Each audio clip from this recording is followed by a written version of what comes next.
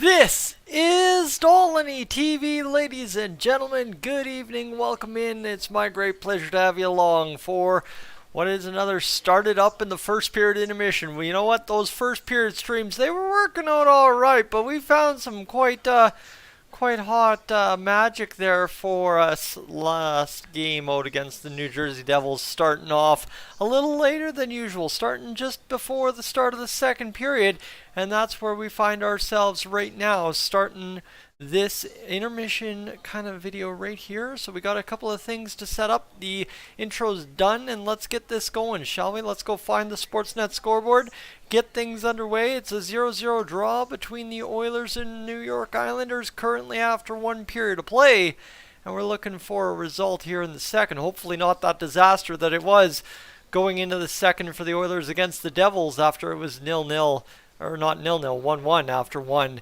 between the Devils and Oilers last game out. Alright, so we've got the scoreboard coming up to you in just a brief second. I promise you that. Let's go here. Let's get this going. Let's copy this one. And away we go. Sorry, just a little bit of cat hair up the nose by the feels of it right there. Give me a sec here. Alright, let's get this going, shall we? The Oilers. The Islanders, 0-0 after one period of play. The Oilers 9 shots on goal, the Islanders 12, but midway through that second period or first period, the shots have been 9-5. First, they're about 9-7, something like that, for the Oilers since the mid-turn of the first period. So keep that in mind as we get going here. For the Oilers and Islanders, folks, if you're commenting in the stream, thank you so much. Just give me a minute. I will get there. Just want to recap everything so as you know where we stand and when I know where you stand. 12-9 the shots for the Islanders, 10-7 the hits. So the Islanders, they have a heavy couple of lines. They ain't running us out of the building. 14-12 the face-offs for the Oilers. The Oilers took the first penalty of the game. Of course, 85% of the time they do that anyway. The Islanders could not score, so kudos to the Oilers penalty kill. 6-6 the giveaways, so the puck managed much worse than that New Jersey game already just in one period of play. 5-2 the takeaways for the Oilers. And of course, big story here, Jack Campbell, 12 saves. Alright, we're getting set for this one to get up and underway, folks. I'll get the poll started here. Who wins tonight? And here's the big part, is I don't know if the notifications go out for the stream, but so far we're just waiting for people to come on in. So we'll just chill out. There's two of you in the stream. Thank you again for being here.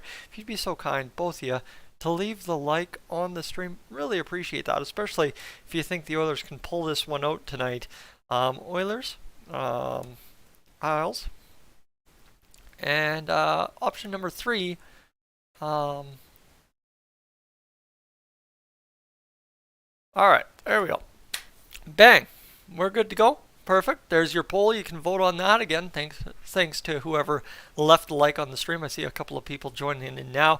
We're just on commercial break before we get into the nitty-gritty of this intermission with Gene Principe and crew. But folks, you know, a solid game so far out of the Oilers, I guess you could say. 0-0 and giving up the first 5-7 shots of the game to the Islanders and not being down because of it, right? The Islanders are a pretty solid little team in their own right.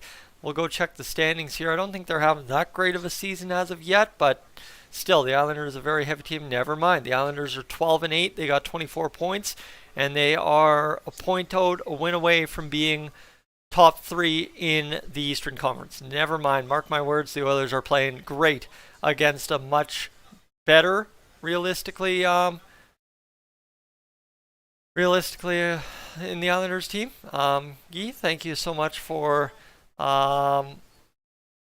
leaving the button and leaving that like. Appreciate that. Alright, folks. Tyson, all kinds of scrambled up. Let me get some water. I just crushed like half a bag of Old Dutch Tostito type chips, so a little out on the water, but we'll get there eventually. Gene Principe going to tell us about some stuff. This is where I take the earmuff off and we start actually paying attention to what Gene Principe has to tell us. But, what do we got? Alright, let's see. Looks like this is preview for Indigenous Celebration Night coming up at Rogers Place once the Oilers return back to Rogers Place. So we will see that. And let's see what we can get going here.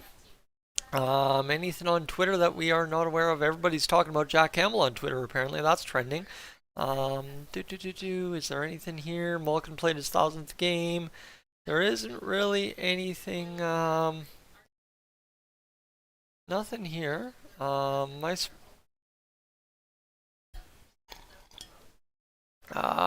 no, there's really not much happening. So we'll just basically break down that first period was a good survive it first period for the Oilers, right? You just gotta get out there and get what you could get out of that period, and for the Oilers, they did. Because a tie against the Islanders after, like I said, giving up the first 7 shots of the game is a pretty good place to be compared to being down 2 or 3, as has been tradition so far this season with Jack Campbell in net. And that's what I was talking about, right? It's a very good start for Jack Campbell to begin this hockey game, simply because when it comes down to it, if you're Jack Campbell, you got out of this period without giving up 2 goals, and you're doing it all on a broken nose. That's a pretty big get for the Oilers in net tonight, obviously, to not give up a single goal. Right now, you've only got 40 minutes to give up how many ever goals you're going to give up, if you give up any, not to curse it, but you get where I'm going with that, is just for the Oilers, it's a big time get, and you got to hope for the Oilers it stays tuned here the rest of the way home, because a big old goalie performance on Long Island, let me tell you, that would go a long way for our Edmonton Oilers this evening, folks.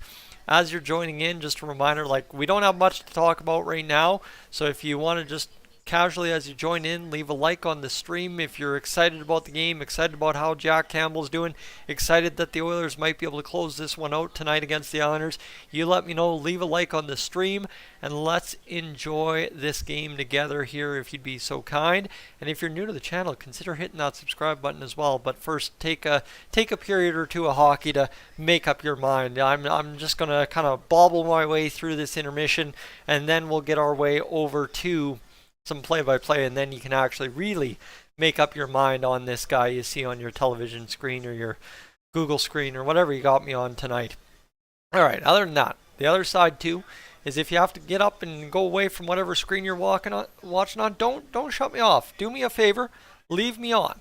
Why? Because quite simply put, the watch time on a stream is very important to how well the stream does overall, and if you can do me a simple favor of just leaving me on those extra few seconds while you're gone, that would be greatly appreciated. You can mute me all you want. That doesn't really affect my feelings much, but right now the watch time already up to 20.4 minutes, which you go divide that out, that's 0.35 of an hour, and we've only been streaming for 8 minutes total, so that's a pretty good solid start so far, folks.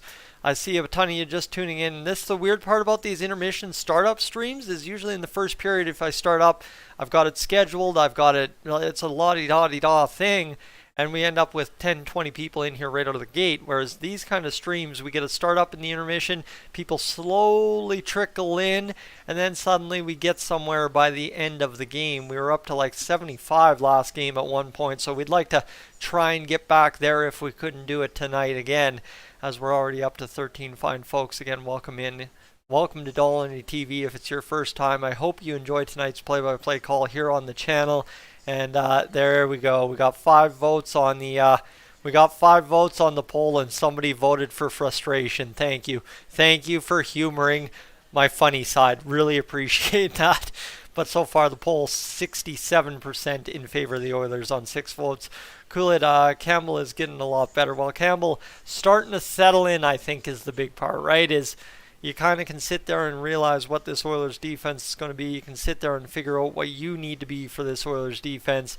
And in that first period, Jack Campbell was the answer to them all so far. So we hope to see more of that here the rest of the way home in this first period. But as we get set, or in this second and third period, as we get set, we're just waiting for this second period to get back underway, and we got to see what we can't do here, because it would be nice to get this second period up and done quick. We've had some very quick periods of hockey this year. I don't know. I feel like they're not running as many commercials in the first half of a period this year. So we've definitely motored along, but the Oilers have also had some really weird stretches this year where they play like 2.5, 3 minutes without a whistle at a time. And it's just been one of those weird things that it just adds up so quick that all of a sudden the period is up and done before you even realize it is. So that's one of those interesting cases that we'll see if it continues again tonight. Again, folks, welcome in. Again, everyone just seems to be trickling in 2 by 2 by 2 tonight. So if I'm saying welcome in, I mean it sincerely, that I'm really glad to have you guys along. And I don't think I've built that up very well in the past few live streams, that I'm really appreciative of everyone tuning in and checking out Dolynny TV. And of course, to you guys returning back to view another live stream, really appreciate you spending your Thursday, Wednesday night with me here on the channel. I don't even know what day of the week it is. Hey. But you get where I'm going. So we are back at the new building, UBS Arena. Gene Principe back on our intermission report, just about ready to flip us over to Jack and Louie here in the next few minutes. But we are waiting for this one to get underway. There's 2 minutes to go until the start of the period. The referees are on the ice. The Islanders, last game, they're talking about some big hits by Cal Clutterbuck, who ended up becoming the NHL hits leader the other night. So you've had two gritty kind of records set in the past couple of days here of the season. That being Cal Clutterbuck hitting the all-time hits in history. NHL started tracking hits in 2005, 2006. Really? That's when they started tracking hits? Man, I'd hate to see what those 80 stats look like. But second to that, you had the Iron Man streak broken by Phil Kessel, and going back to last year, you had it broken by Keith Yandel, and you had it broken, the shots blocked record broken by ours truly, Chris Russell. There's Jack and Louie ready to get this call back underway here in this second period, folks, as we're just about ready to get things going. Just a quick check as we're 12 minutes into the live stream, and my goodness, we are rocking and rolling now. 36 times 2.05 on the stream. Don't mind me, we are killing it here so far. Up to 1.25 hours stream. Thank you, folks. And 7 votes now has the Oilers 57% favored to win this game this evening. So let's keep that in mind, that might be a potential. But right now, there's been a lot of chances in that first period for both teams that were really good looking. I wouldn't say like grade A, but each team had 3 or 4 chances. I was like, oh, that could really turn into something. That Zach Hyman backhander that knocked the blocker off of Sorokin was probably the best for the Oilers all period. But both teams had quite a few good looks, and we'll see if that continues again here tonight, folks. If you're just joining the stream for the start of the second period, don't be afraid to leave a like on the stream as we get things underway. Zach Hyman back on the ice for the Oilers. He'll be flanked by McDavid and Warren Foegele as we get set for Jack Campbell's second period of play in 13 days. 13 days off in the net, and now all of a sudden he's looking a little bit more rejuvenated, especially after taking a puck to the face last game. Connor McDavid wins the draw. Oilers will hammer it in. Brett Kulak around the far side boards, comes to the near side corner. It's flipped up by the Islanders, and they will flip it back up, and now all of a sudden the boards are glitching out. You gotta love when that happens, this new age digital marketing that the NHL has going on. However, the New York Islanders, they've got it near side boards now into the middle of the neutral. They'll go to the far side boards, flip it back in, and Jack Campbell, cool as a cucumber on that save, able to chip that shot from Zach Parise up into the glove and make the big old save to start the period. So another shot on Jack Campbell, and this one just a perfect little chip pass there that gets past everybody, and Evan Bouchard not really reading that one, coming to the near side, instead reading it to go to the far side, and the pass gets through to Parise, who chips it up on net, and it works out for them for a shot on net, their 13th of the night. The Oilers win the face-off. They'll get it back into the neutral. It hits somebody in the middle somewhere, comes back into the near side zone of the Islanders, who shuffle in behind their net. Sorokin looks on as the Islanders move ahead and get into the middle of the ice, all the way on a tip pass into the Oilers' end.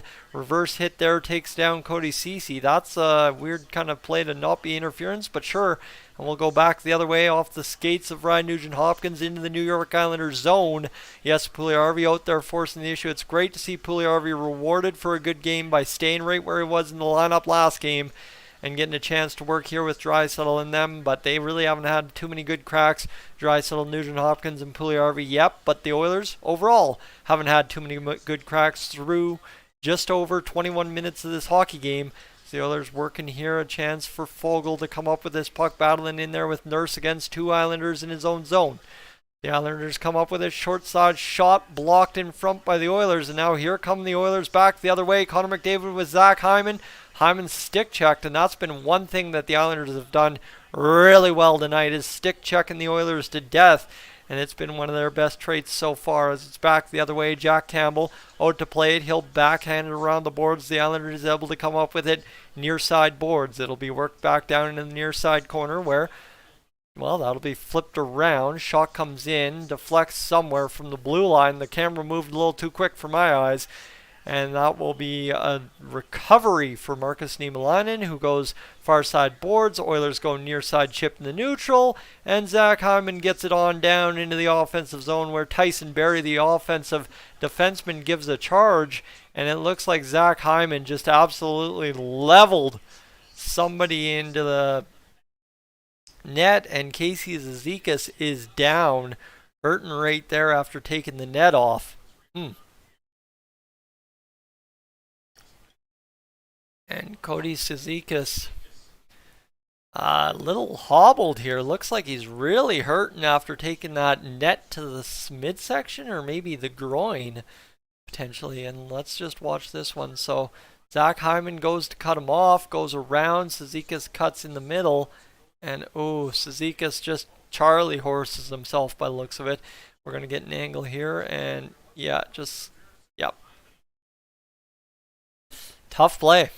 And Sorokin, thankfully, skates right out of the way. But I think the stick kind of twists up on Zizekas. Everything kind of just mangles him. And he's going to go down the tunnel in a lot of pain, as that looks like it might have just twisted up his leg real bad. Hopefully not a broken leg or anything. He's able to get up off it, so hopefully it's all good. And we play on. 17:40 to go in this second period between the Islanders and Oilers.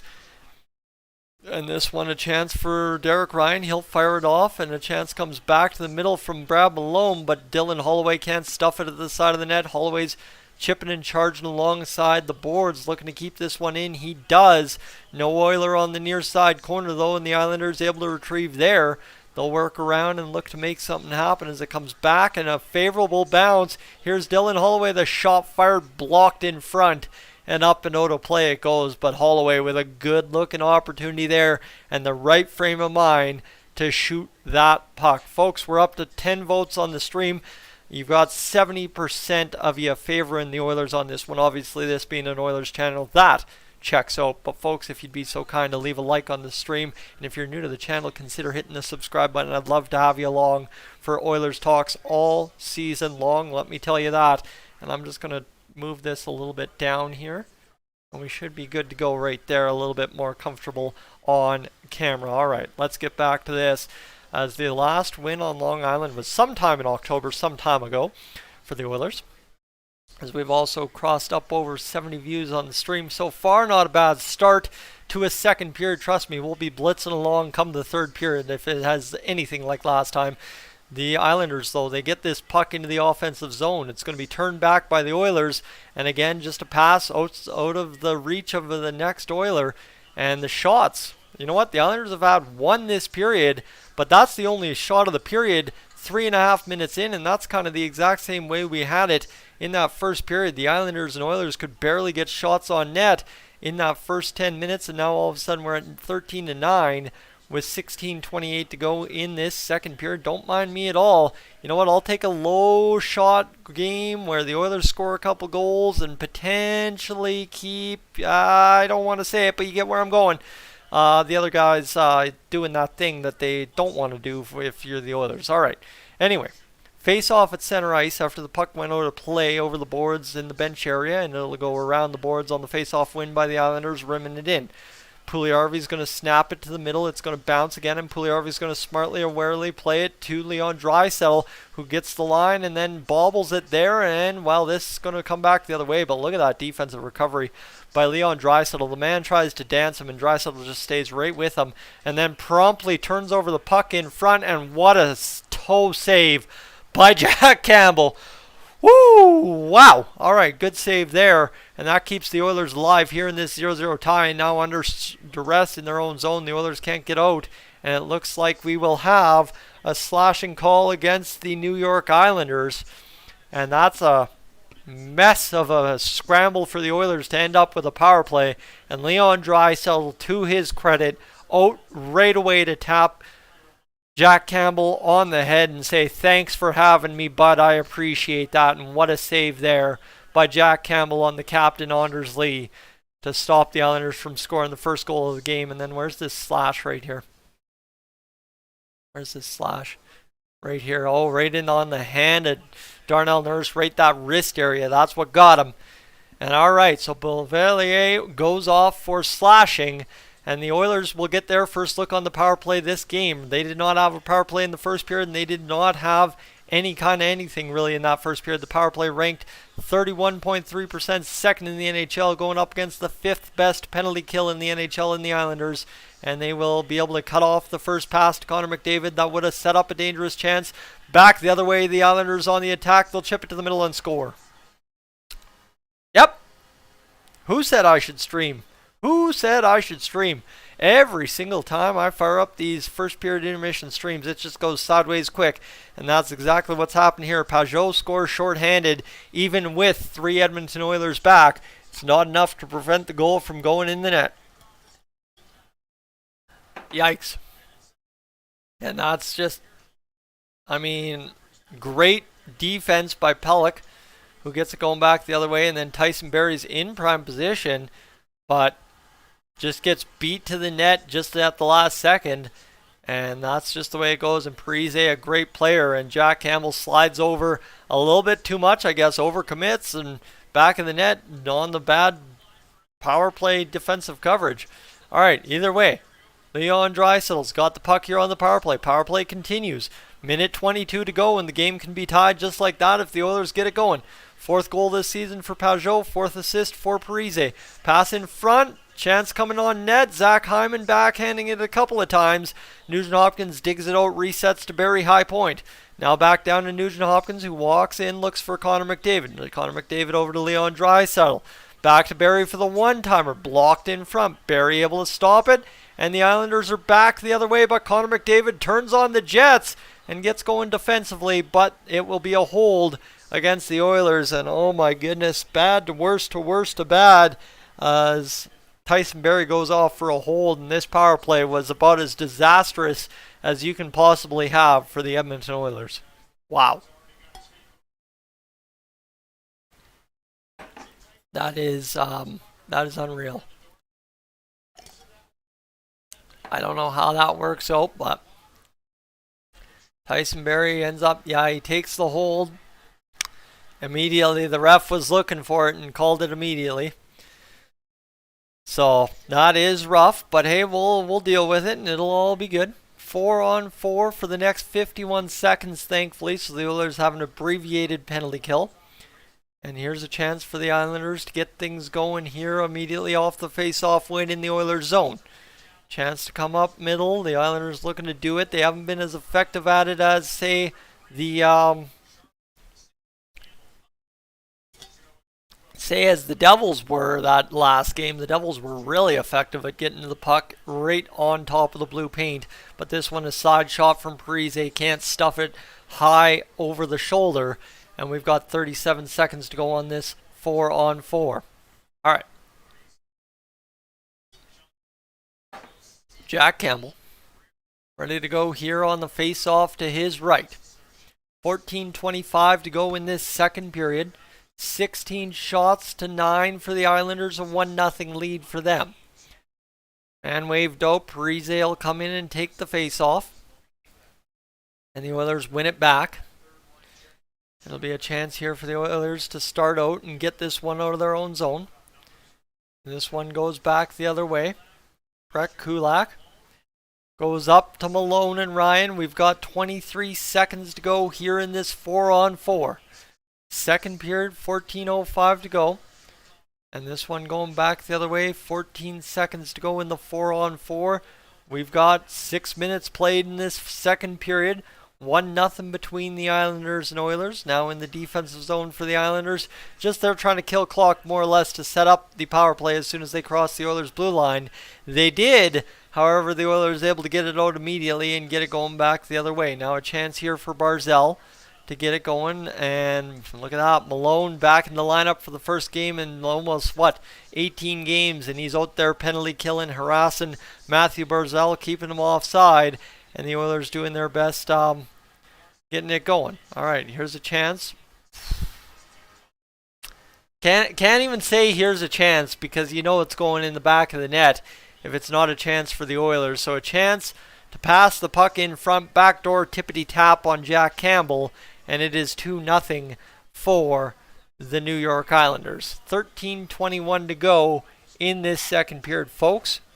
I do not blame you if you tune out at this point. We've seen this script already once on these first period startups, and it actually deflects off of the stick of Evan Bouchard in front. It's not even a backdoor tippity tap by the New York Islanders. It's a backdoor tippity tap by Evan Bouchard on his own goaltender past Jack Campbell. Campbell would have made the save on Lee had it come. And now that's a bad way. You score on yourself on the penalty kill. And that is insult to injury, my friends. Chance here now for Sorokin to gaff a bobble maybe in favor of the Oilers. But they overskate it, does Costin. And it's back the other way. 13:08 to go in this second period. Like I said, this game bad to worse very quickly for the Edmonton Oilers, who are down 2-0 all of a sudden after a very solid, just make it work first period. And now all of a sudden it's just falling apart here in this second period. Pajot's 10th career multi-goal game. So it was Pajot with the pass to set up Anders Lee before it was tipped on back by Evan Bouchard. All right, folks. Settle back in. The Oilers on an offensive shot. Their first shot of the period, 12:33 to go in the second, and it will be a glove save for Sorokin on Markus Niemelainen. Look at that. All of a sudden, 16 votes and frustration starting to creep up a little bit here. Yeah, that would figure. That would figure a little bit for sure, as that would kind of be how it translates out here as this second period not going the Edmonton Oilers' way quite yet, if at all. Just a quick check, my friends, if we can get to the watch time here. Calculator, 102 times 3.3 or 3.55.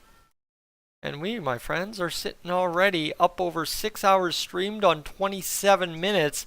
That ain't too bad if we can get things going here. Again, a reminder, we're trying to hit 50 hours on the stream. That's just kind of my benchmark number. But if you're also new to the stream and you'd like to let me know how you're enjoying the play-by-play, perchance leave a like on the stream, and secondary to that, if you'd be so kind to consider hitting that subscribe button, that would be greatly appreciated here on Dolynny TV. I'm trying to close out the year to 10,000 subscribers. We're about 700 some odd away, 727 when we started the stream, and potentially, my friends, we are sitting here now at 725 away from getting things going at 10,000 to end off 2022 and the comeback being complete in that sense. All right, we're getting ready to get back underway here in a matter of moments. I'm just going to quickly check Twitter to see if there's anything going on here that we missed. Yeah, well, that's, oof. Somebody wrecked themselves on Oilers Twitter. It just is what it is. All right, here we go. A closer look. Longest road point streaks to start a season. Leon Draisaitl and Connor McDavid both with 8. Glenn Anderson with 10 and 9. Paul Coffey with 12. Yari Curry with 12. And then Wayne Gretzky with 12, 14, 22, and 28. Dude just put up numbers between 83 and 86. That's just what he did. I mean, you look at where all those other records are. So Connor McDavid, Leon Draisaitl both looking to crack the score sheet tonight and change those numbers in franchise history a little bit more again in their favor. Connor McDavid on the ice right now, face off to the right of Sorokin. Down, the Oilers win it back. Down 2-0. Cody Ceci with the shot. He fires it up off of somebody. Goes to the near side corner where Warren Foegele will recover. Foegele working here. He's going to get it going and cut to the middle where he'll fire a shot. Rebound chance to stuff it short side. Zach Hyman just cannot get past the outstretched pad of Sorokin. And sorry, I had to pause there because the Oilers are going back to the power play, as that was all kinds of chaos. All started by a really good drive by Warren Foegele after Pulock had taken out Zach Hyman, and then Hyman just could not elevate that puck past Sorokin's pad. And then as soon as the Islanders touched up, we had ourselves the call. But yeah, look at this one. Look at that. Bang, bang, bang. Hyman trying to call it there. Pulock taken off for tripping. He's one of their better defensemen. So maybe is the time where the Oilers get out there and score a goal on the power play instead of giving up 2 in a span of 2. And maybe they go out there and get 2 in a span of 2. Who knows? Zach Hyman, though, trying to win this face-off forward for the Oilers. Cleared out by the Islanders this time. No taking it back the other way. 0 shots on the last power play. And maybe that's something the Oilers have to change up on the power play necessarily to say, hey, you know what? Let's just get a shot immediately. Right? Don't worry about how good it is. Just go out there and get a shot immediately. And here's Connor. Wow! Just about put it top shelf, going through everybody, but just couldn't finish it off. Oilers keep possession in the offensive zone. Here it goes. Connor McDavid back behind the net. He'll go down low to Leon Draisaitl. Leon Draisaitl tries to tuck it short side. Can't get it going.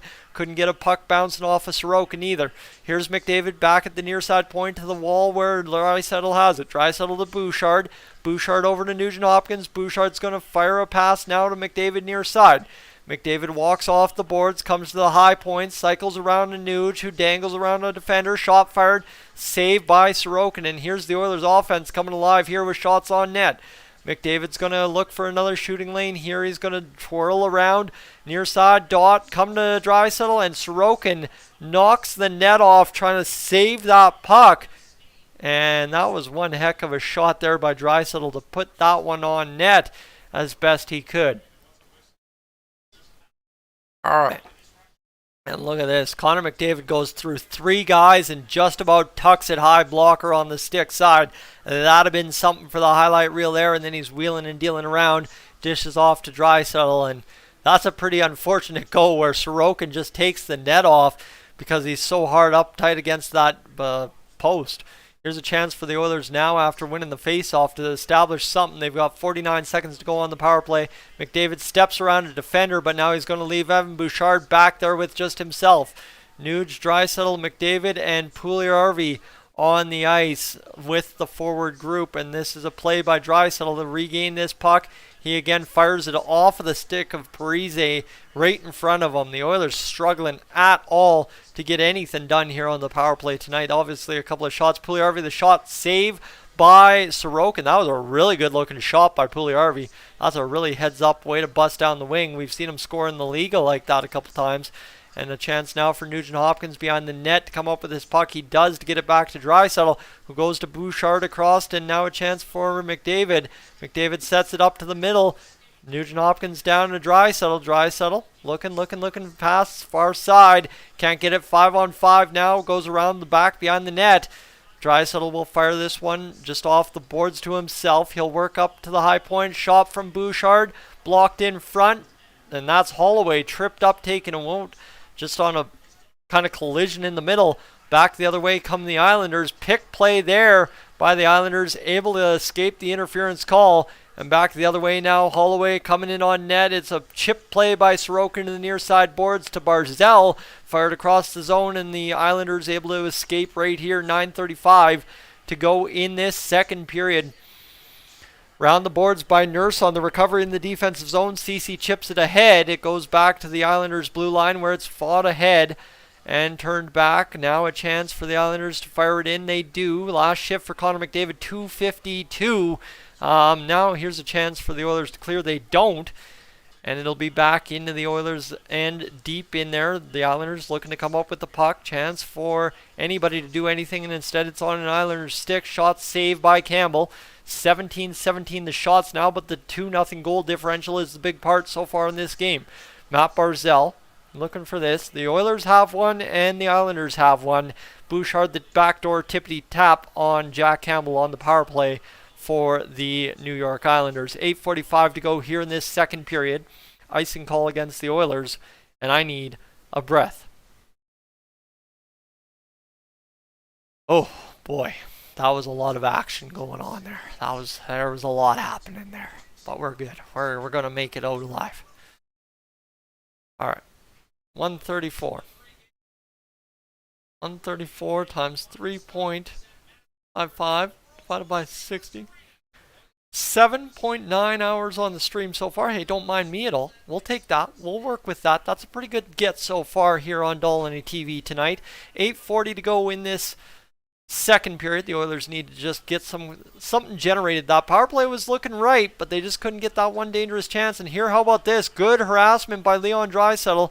Or was that Matthias Janmark? That was Matthias Janmark, sorry, on the defender for the Islanders, and it turns into a great shot for the Oilers.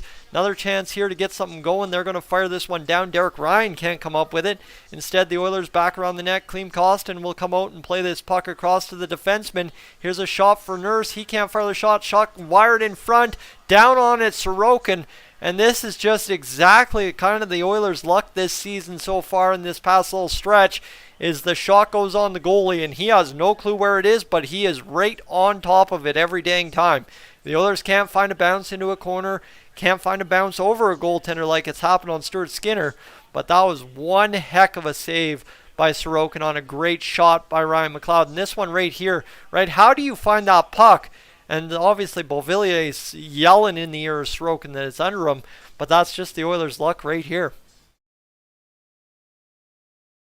All right, anyway, we're sitting here waiting for this one to get back underway. We got another commercial break, so sorry. I think I might have sent you an ad. I'll send you another one just to make sure I'm actually doing my job here and taking care of myself a little bit. All right, what do we need to know for stream statistics? I already gave you the watch time 5 seconds ago. Things have changed a little bit, but not that much. And let's go quickly to Twitter to see what we've got in case there's anything we're missing here on this Oilers game so far.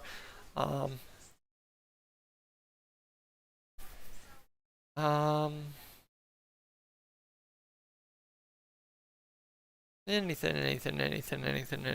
There is not.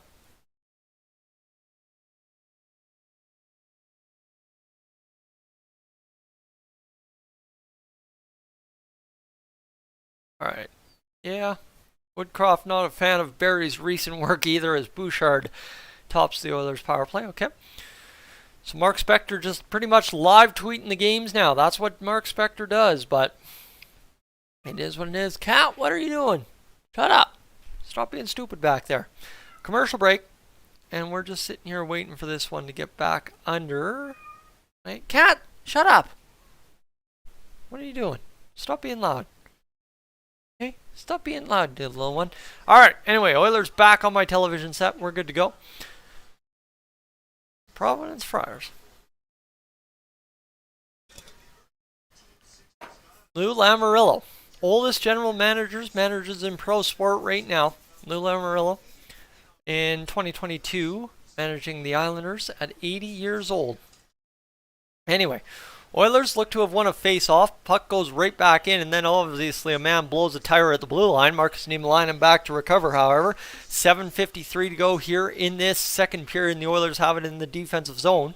Back the other way, Warren Fogel's working it through the neutral. He's got it into the offensive zone, but again, a pass just too far ahead of a man.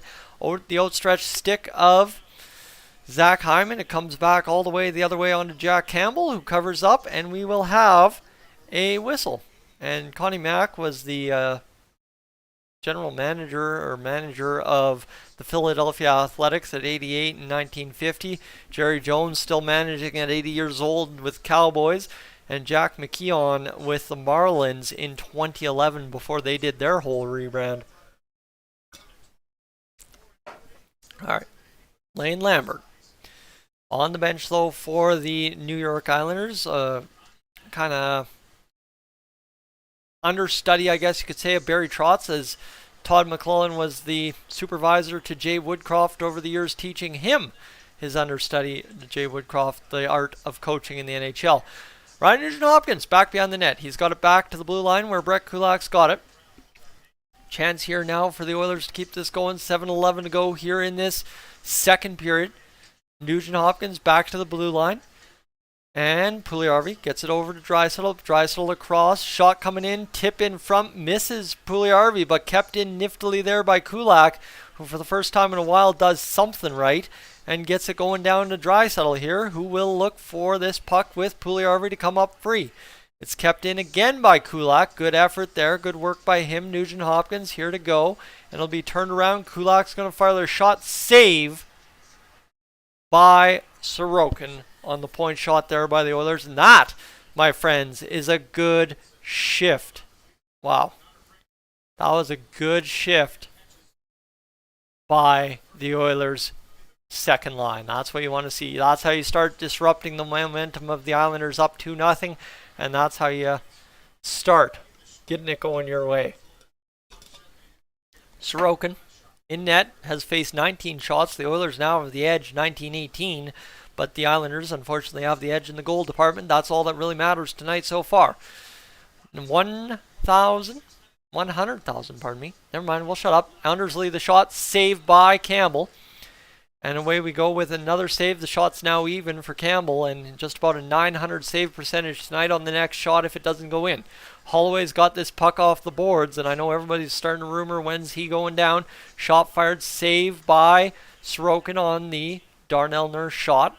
Cody Ceci goes on down to Holloway. Holloway's got a chance here to fire something around the boards, and it's up to McLeod, who's got an opportunity here to get it to Janmark, and does. 5:58 to go. The Islanders strip the Oilers of the puck in the defensive zone, and they will work out of their end, looking for a chance to move forward. They do. They'll get it into the Oilers' end. Here's Brad Malone, wearing number 24 for the Oilers tonight. In case you're wondering who's 24, leaving it all the way for Matthias Janmark in the offensive zone, who was somehow cherry-picking at the blue line. Then Janmark just leaves it there for some stupid reason, and Klim Kostin will come back the other way trying to keep that puck alive. And I don't know who was passing the mascot. They saw an Islanders jersey, but it's the mascot boys. And unfortunately for them, they don't complete the pass, but they still get it in the offensive zone. Tyson Barrie getting all kinds of turned around. Derek Ryan back the other way will flick it off the boards, and here comes Brad Malone. The shot saved by Sorokin, and again, just again, the save by Sorokin, and you can look at him. He bobbles that puck, doesn't know where it is, but immediately collapses on it, and that's it, right? I mean, the defensive communication must just be absolutely phenomenal for the Islanders.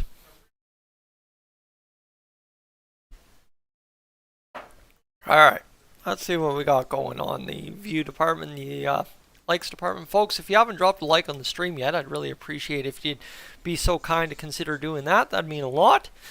As that's something I learned recently, revisiting some of the YouTube best practices, is let you guys interact with the stream by leaving the like, and of course asking you to keep the watch time as high as you can.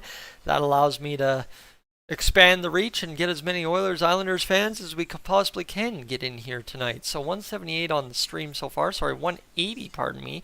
180 divided by, or times 3.4 on the stream. That is 612 fans. We are up over 10.2. All right.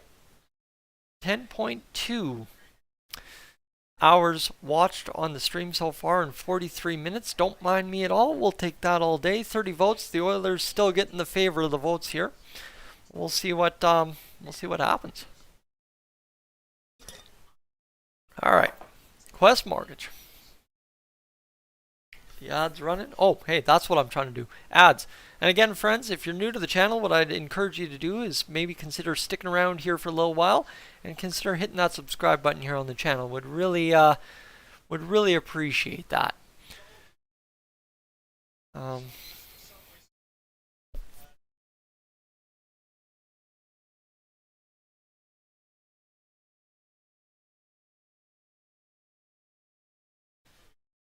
Alright, what do we got? Anything else we need to know? I don't think there is anything else we can really talk about here, as we're just about back to action. They're talking about everybody running into each other on the subway system this morning, or this afternoon before the game. The Islanders win the face-off. They will fire the puck down the ice. Shot by the Oilers back into the zone. It'll go around to Sorokin, who cut it off for a second, but the Oilers able to retrieve at the blue line. McDavid keeps it in. Goes to the far side point. Darnell Nurse retreats with the puck in the neutral zone all the way into his own end over to Cody Ceci. Will fire it up. Tipped in there by McDavid, who will go quickly into the boards. And that's Warren Foegele throwing a hit there. And this one will go back around to Zach Hyman. Works Cody Ceci. Now Hyman working off the boards, and he's got it. He's got it under control, under duress from 3 Islanders. The Oilers, though, keep it alive. Connor McDavid, near side corner. He'll go back into the boards and try to work this one forward. The Oilers cut it off in the middle. Zach Hyman across to Darnell Nurse, to Cody Ceci, down to Warren Foegele. That's Connor McDavid, middle of the net. And again, just another shot on net where the Oilers are all over the Islanders, moving the puck around, but Sorokin's just right there. Just literally, there's wall. And the Oilers just can't get it past him. Look at this play. Like, Connor McDavid spins off the check, gets it to the middle, puck goes on, and Sorokin's sliding across, and it's just got paddled down, just goes right on him, and he's like, oh, right there's the puck. 24-19 the shots. You can't fake that the Oilers have had a bad effort here tonight. Just 2 gaffes, one by Evan Bouchard putting the puck in his own net, and I don't know what the defensive coverage by the Oilers was in the defensive zone on the power play, but those 2 end up in the back of your net, and you're down 2-0 here. Now a chance here for the Oilers to move this puck ahead. They will, and they got the second line that started changing this momentum here midway through this period a few shifts ago, and it looks like there will be a touch on the puck, so we will not have a penalty upcoming to the Islanders. And, I mean, here's the problem for the Oilers. You had 2 power plays. You gave up a goal on one, and you haven't scored on either. That's kind of your bread and butter when you want to try and win games when you're down, or trying to win games when you're trying to get up. And unfortunately, the Oilers just didn't do it on either power play yet. And I don't want to say a power play will save them, because at this point, it doesn't look like a solution at all, if it even turns out to be a solution at any time. So 2-0 for the Oilers. Over top of the, or 2-0 for the Islanders over top of the Islanders. Pardon me, they changed how the scoreboard looks on the screen, and I was all confused. But look at this. Yes, Puljujärvi, a nice poke ahead. He's going to play it around the boards, leave it there for Draisaitl. This second line getting it going, but Johnny on the spot right in the middle there by Clutterbuck comes up with the puck to clean it up into the Oilers zone. Nice hit there on Bouchard, but doesn't staple him hard enough to come up with the puck, and the Oilers back out the other way. Evan Bouchard carries across the blue line of the Islanders, spins off to Leon Draisaitl. Draisaitl loses the puck to the defenseman Aho, and no tripping call coming up. Okay, the Oilers stopped skating like they were taking a penalty, and Brett Kulak's now caught flat-footed. That's just a lazy play there. You cannot think you're taking a penalty, and scores. Jack Campbell beat on the glove side. And that all starts right there. The referee looks on an obvious penalty, in my opinion. A tripping call behind the Islanders' net. The Oilers stop skating because they know they've taken a penalty. And then it's back the other way flat-footed because they didn't end up actually taking a penalty. Look at this, right? They're not going to show the replay, but I tell you, every single Oiler looked around on the ice like they'd taken a penalty.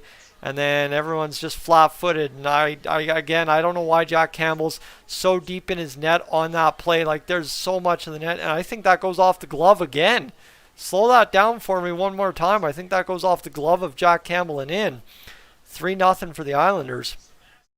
And there's got to be something done here at this point. Figure this Oilers team out a little bit. But that's just, like, lack of hockey sense.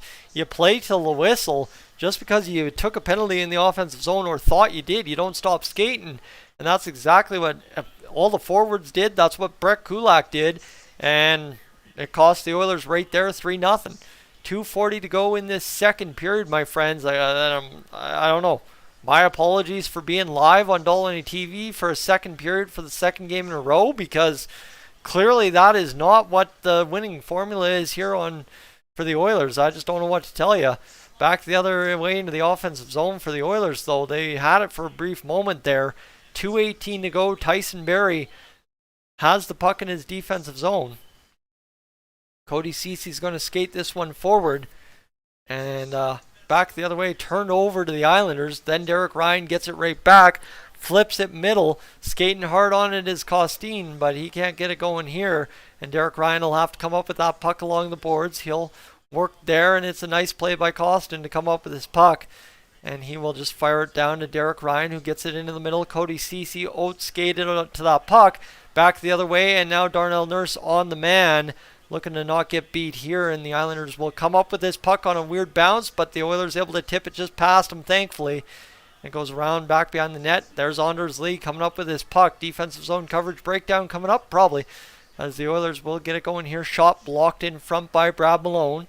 This one fired around the boards. $1:23 to go here in this second period. The Islanders still in possession in the offensive zone.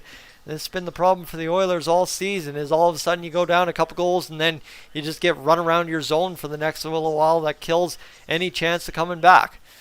Oilers looking to keep this one alive. They can't. Now a 2-on-1. Nope, Connor McDavid's back the other way. And a 3-on-2 ends up being a save for Jack Campbell, who will have to fight off another 7 shots to get to 900 tonight. Chance here for the Oilers to get this going back to the blue line.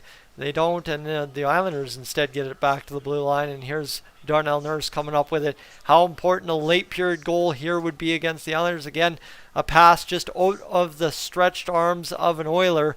And now a tip here trying to get that going. The Islanders can't make a mistake, but the Oilers making all kinds here tonight again. 30 seconds to go in the second period. Home run pass goes all the way down the ice. No touch up there for the Oilers that makes contact to get it offensively going, but now a chance here to turn it over, and instead they get it right onto an Islanders tape. Goes up off the glass. McDavid over to the defenseman. We got 12 seconds to go. McDavid loading up for one last rush. He's going to try and do it all himself and get going down, but he is poked off the stick. He goes into the corner. Down he goes. 1 second. Puck forced to the middle. Period over. 3-0 New York. All right. But that's where we sit, my friends. 3-0 New York after the second period of play. I'm going to take a quick bathroom break, and then we will be right back with more water and ready to discuss this second period in full during the second period intermission. Stay tuned.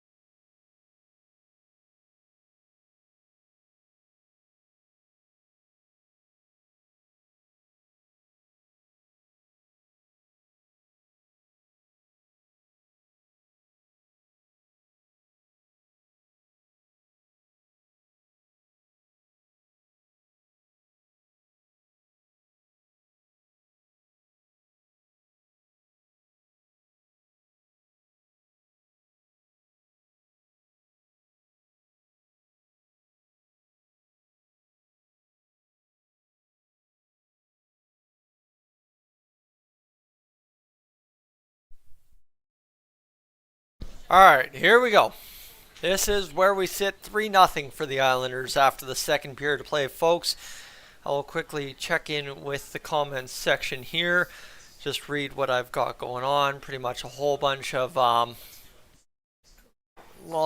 people being down on the Oilers. And yeah.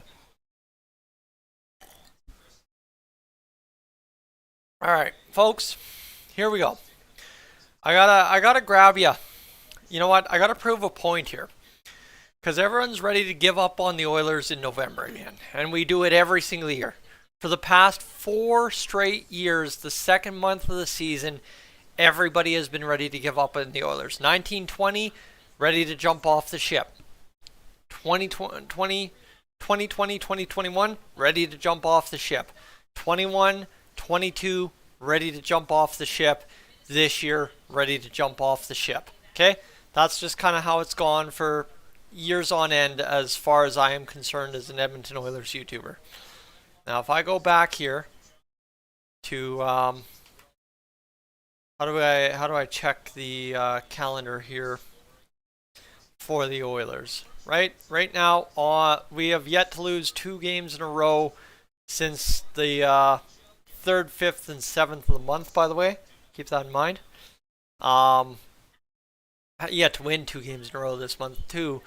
But you go to the Oilers website here, Oilers website. Quickly, I just want to pull up something here. Schedule 2023.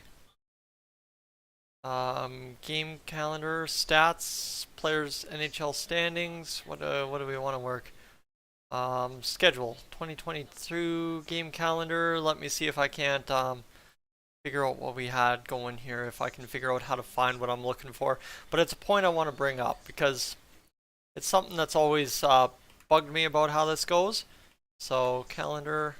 What are we doing? 2023 season.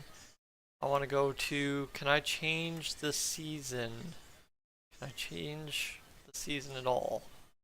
Does not look like I can. How do I go back historically over the Oilers season here? Team, Oilers roster, Oilers alumni, coaches and management roster, Oilers.com, news, premium tickets. Oh, where is it? They changed this website all the way around. I know there used to be a way I could do it to figure out the Oilers win-loss record. Oilers 2021, 2022 schedule. Let me see if I can't find that there and see what I'm looking for here. EdmontonOilers.com schedule. Oilers schedule. There we go. HockeyReference.com. So here we go. The 2021-2022 season. I'm just going to quickly pull this up. So we won 5 games out the door. And then we get into November, and here's how November won. Started off with a 3-game winning streak, then loss, win, loss, win, loss, win, win, loss, win 3 in a row, get to December. So last year November wasn't too bad, but again everybody was saying the collapse was coming, that's what we always do. Right? The Oilers were really world beaters, 16-7 at one point in November. But as soon as we lost those 2 games in a row, where would have we been 16-7? I think it was that start of that 6-game losing streak in December. So you say December 5th, losing 2 games in a row back-to-back to the Seattle Kraken and Los Angeles Kings. I called for Dave Tippett to be fired because the season was going to go into a tailspin if you didn't. Well, the season went into a tailspin right then and there because you lost 6 in a row, won 2, lost 6 in a row again, right? You won between December 3rd and January 22nd, you won 2 games. That was the Oilers season last year.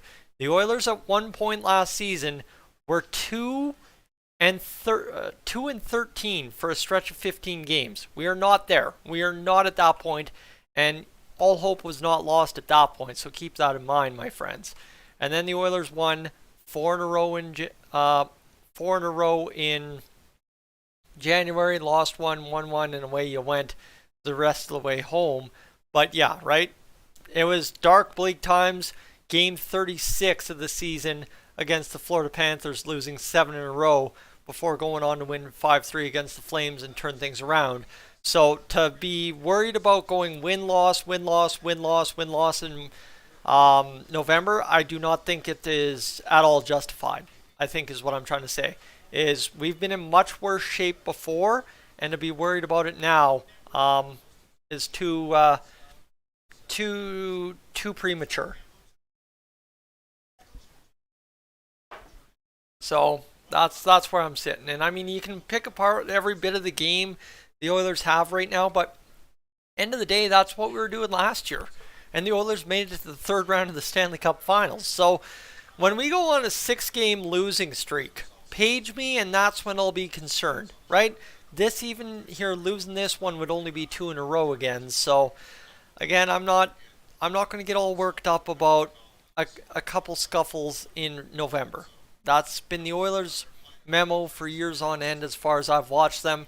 And we weren't and won't be more than 5 points out of a playoff spot at worst by the end of tonight going into American Thanksgiving. So I'm not going to worry too much about things being over for the Oilers. Again, if it continues, sure, you're out of the playoffs. But do you think that a team that went to the third round of the NHL playoffs is going to continue to play like this all season? You're more pessimistic than you give yourself credit for if that is your vision of the Oilers, right? Because end of the day, yeah, if the Oilers would have continued to lose 7 games in a row under Dave Tippett, yeah, you wouldn't have made the playoffs last year. But things change, and things change on a dime in the NHL. So if you're going to cry away the season in November, that's on you, not on me. And I'm not going to really be here to enable that either. So that's where I'm sitting. The Oilers currently tied with the Flames for 20 points on the season, tied for that final wild card spot in the West. So you're going into American Thanksgiving tied for a playoff spot at worst right here. So that's where we're sitting. Yeah, that's where we're sitting. And when it comes to the goaltending, that's one thing I'm not denying. But we've also got Stuart Skinner, who's doing absolutely fantastic in net. Sure, the wins aren't there, but Stuart Skinner is having one of those magical rookie seasons. Guys, if we had an Oilers goaltender like Stuart Skinner coming through the pipeline every 2 years, you wouldn't have Jack Campbell. You wouldn't have needed Mike Smith. There would have been no need for Mikko Koskinen. It would have been Cam Talbot, Guy, done, right? Cam Talbot, Laurent Brossoit to the end of time. That's how it would be going, because Cam Talbot's still been a very good goaltender in the NHL since leaving Edmonton. However, we don't develop guys like Skinner often, and now we get a chance to very much so appreciate a good homegrown goalie, and it don't matter if Campbell's good or not. That's you have 2 goalies for a reason, right?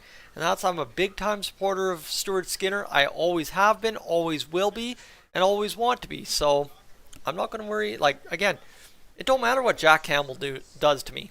That deal gets better and better year by year as the salary cap goes up too. That's the other part. So worry about it later.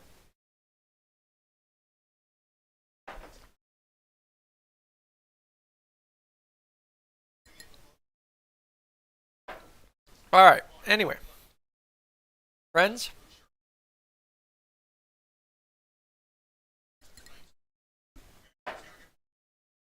And Ryan, to your point about what the Oilers got for a spark, the Oilers didn't get that spark in November. The Oilers got that spark in January. So, right, it's it's right there. It might not be coming yet, but it'll come soon enough. That's my point. Is again, if you want to get worked up about the Oilers in November, guys, I've done this channel for 4 years. Okay, I've been an Oilers fan since 05-06. If you get worked up about the Oilers in November, you might as well just give up, because it's not going to get any easier for the next 2 months. By mid-January, All-Star break, you know what this team's going to be, what this team's capable of, and then you can truly assess, should I watch the rest of the season or not. That's where you make your true final determinations. But if you're going to get worked up over things in November, it's simply you're a victim of, you got way too hyped up last year, about going to the third round, and you just magically expect those results to duplicate themselves year over year because, well, it happened last year. And here I am arguing the exact same thing, just saying it comes in time instead of it doesn't just come out of the gate. That's all. That's all I'm arguing.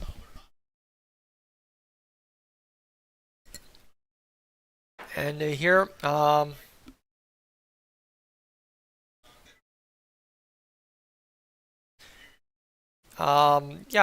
And the other side too, to MM's point, is we have played a lot of good teams early on in this first 25 or 20-ish game stretch. That's the thing. We've played a lot of good games against good teams, right? Like, look at who we've lost to really bad. Carolina, Washington. You're talking about teams that play good hockey for years on end. The Oilers have just become a contender over the past 2 years.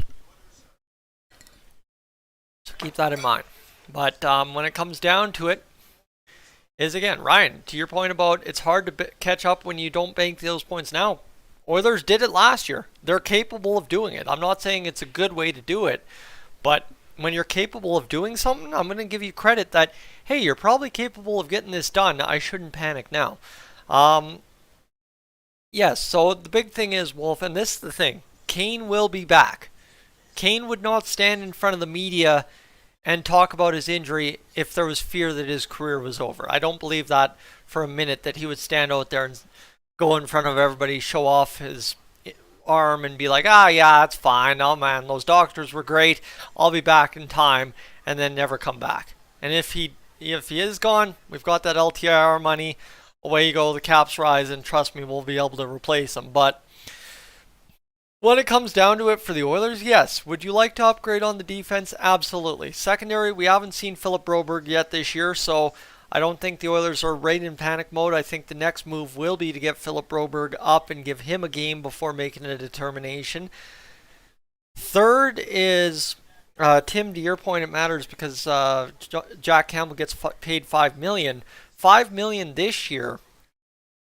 $5 million this year is 6% of our cap hit, but $5 million next year, if the cap goes up to $86 million, is 5.8, and if the cap goes up by $4 million every single year until the end of the deal, so by year number 5, it's gone up to $105 million. 5 divided by 105 is 4.7% of the cap. You're talking about suddenly that's what I mean. It does not matter, and that deal gets better with time because you've got competent goaltenders. And at the end of the day, you're spending less than $6 million on goaltending. It's you're spending $6 million on goaltending, so it doesn't matter how you split it. You're literally paying $6 million for goaltending. There's teams out there paying $10 million for one goalie, so that's where I'm not concerned, right? I'm not concerned about the dollars in net. I mean, people were saying Mike Smith was overpaid last year and he took us to the third round of the playoffs. So there's always going to be people arguing that oh, this guy's overpaid, this guy's underpaid. At the end of the day, you and I were all getting paid less. I can guarantee, I'll take a wild stab and guarantee that 90% of everybody in the chat right now is getting paid less than $50 an hour to do whatever they do. And we're talking about millionaires, right? It's a fool's game to me when it comes down to it. All I want is results, and if you're not giving me results, put you on the bench. If you're giving me results, put you in net, and that's the end of the day for me. Anyway, they're talking about the Safeway score and win about every time the Oilers score a goal, but the Oilers need to score a goal here. That's the problem, and if we want to get back in this game, we got to get that done.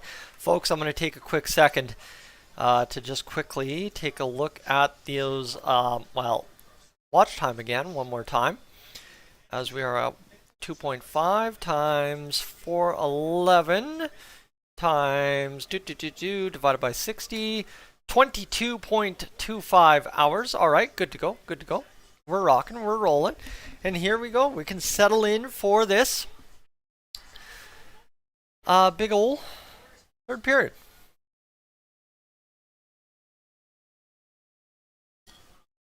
But here we go. All right.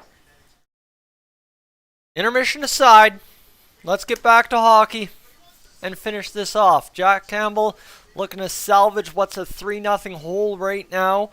I mean, if he can get up to 30 shots against, that's a 900 save percentage. You can't blame the goalie at that point, and away you go.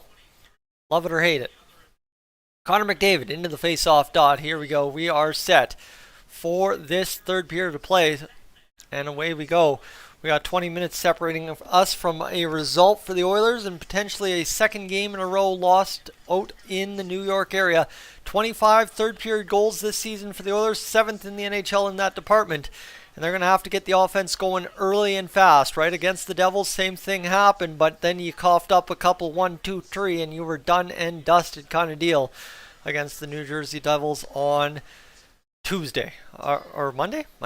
Is it Thursday or Wednesday? I don't know. McDavid, though, across the blue line, he's been trying to cut through that New York Islanders defense quite several times. He's done it once or twice, but a couple of times no avail here early and late in the last couple of periods. As here's Warren Foegele firing a blind pass. Everybody else was going off for a line change. He'll head off now. 19:11 to go in this third period of play. Puck comes down the ice. Scored 30-plus goals in 14 of 19 games so far for the Oilers. And this one's going to be rimmed back into the Oilers' end. Brett Kulak will come out and fire it on to the corner. 18:52 to go here. Shot fired by Kulak. Doesn't go in. 3-0 for the Islanders over the Oilers here. Tipped into the Oilers' end by the Islanders, who peel off for a line change out to play at Jack Campbell. 27-23 the shots for the Oilers as we get action back up underway here on the Long Island. The Oilers across the line. It's tipped onto a stick of an Islander. Matt Barzal, rink-wide pass. Looking to turn inside out. Tyson Barrie, the Islanders attack.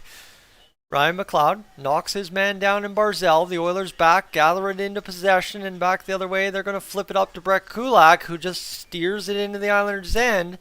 Goes off for a line change. And we've got a whistle. Is that icing? I don't know. You tell me. All right. Here we go. Icing call against the Oilers. Sure. How's Janmark? Okay. Sure.